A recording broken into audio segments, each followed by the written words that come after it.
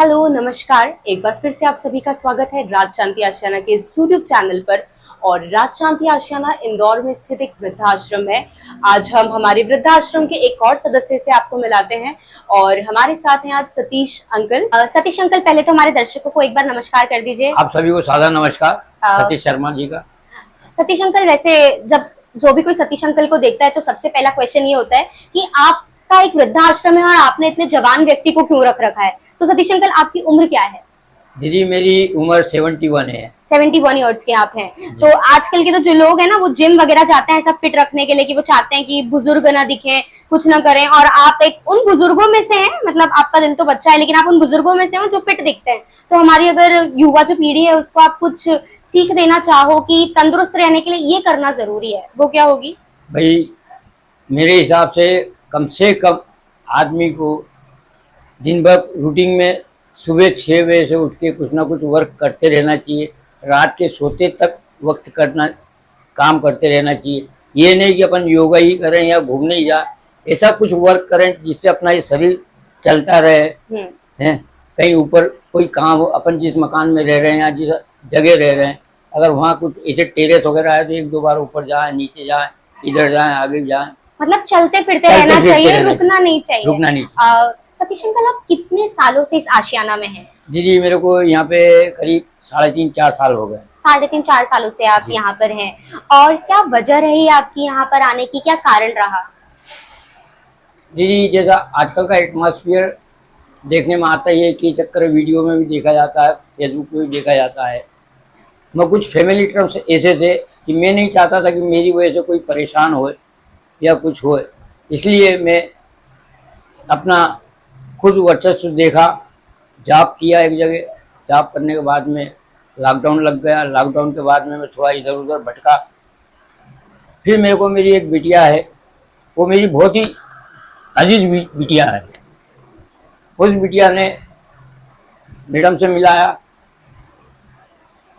और जब से ही मैं इस आशियाना में हूँ, इस राज शांति आशियाना में हूँ, तो रेखा जी, सुराना जी का मैं बहुत बहुत आभार व्यक्त करता हूँ कि उन्होंने मुझे इस भर बरसात में मेरे को यहाँ पे रहने को मौका दिया और आज भी मैं रह रहा हूँ। सतीश अंकल, आपने ये कैसे मान लिया कि आपने अभी कहा कि घर छोड़ने की वजह मेरी ये रही कि मैं नहीं चाहता था कि मैं किसी की परेशानी का कारण बनूं।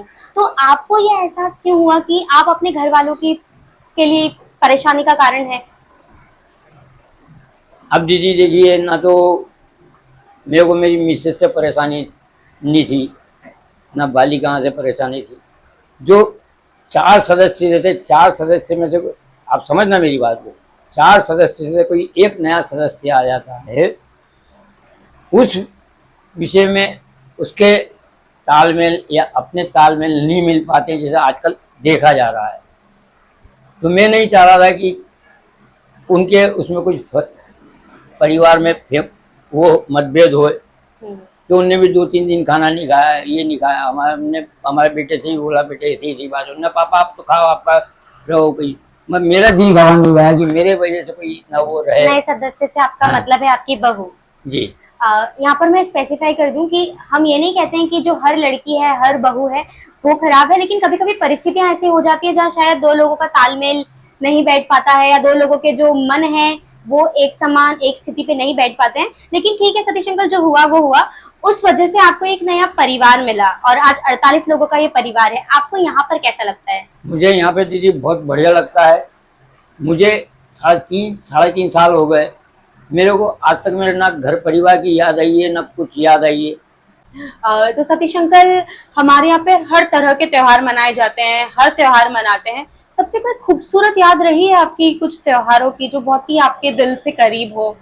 दीदी, यहाँ पे सभी प्रकार के त्योहार मनाए जाते हैं। ऐसा कोई नहीं है कि ये त्योहार ही उसका है, ये त्योहार उसका है, ये त्योहार उसका, तो वही मनाएगा। तो जब से मैं आया हूँ यहाँ पे, ये देख रहा हूँ परिपाटी है। क्या मालूम कैसी परिपाटी मैडम ने डाल रखी है, वो बहुत ही सुंदर परिपाटी है।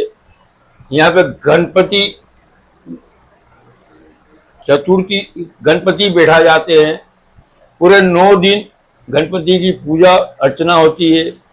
नवरात्रि में पूजा अर्चना होती है। वो समय समय पे यहाँ पे कथा, भागवत कथा, नानी बाई का मायरा, वो जन्माष्टमी भी मनाया जाता है। रात को भी पूजा अर्चना होती है। सभी धार्मिक त्यौहार मनाए जाते हैं। तो साथ में मिलके होली, दिवाली, सभी त्यौहार मनाए जाते हैं। हम लोगों को ऐसा लगता ही नहीं कि हम हमारा घर छोड़ के, घर परिवार छोड़ के यहाँ आ गए हैं, इस आशियाने में आ गए। कभी हमको किसी प्रकार के खाने या किसी की कोई आवश्यकता नहीं होती। समय समय पे हर फ्रूट्स मिलते हैं, दवा मिलती है, खाना मिलता है। तो खाने का तो मैं आपको कुछ नहीं, ये सब बोल ही नहीं सकता। खाने के लिए मेरे कोई शब्द ही नहीं है। क्या इतना अच्छा भोजन मिलता है कि मैंने मेरे घर पे भी जहाँ तक अंदाजा नहीं, ऐसा स्वाद नहीं लिया होगा। अच्छा ठीक है ना। तो अभी सतीश अंकल, अगर आपको आज की जो युवा पीढ़ी है, अगर उसको कुछ सीख देनी हो, अगर उन्हें कुछ समझाइश देनी हो, तो आप क्या देना चाहेंगे?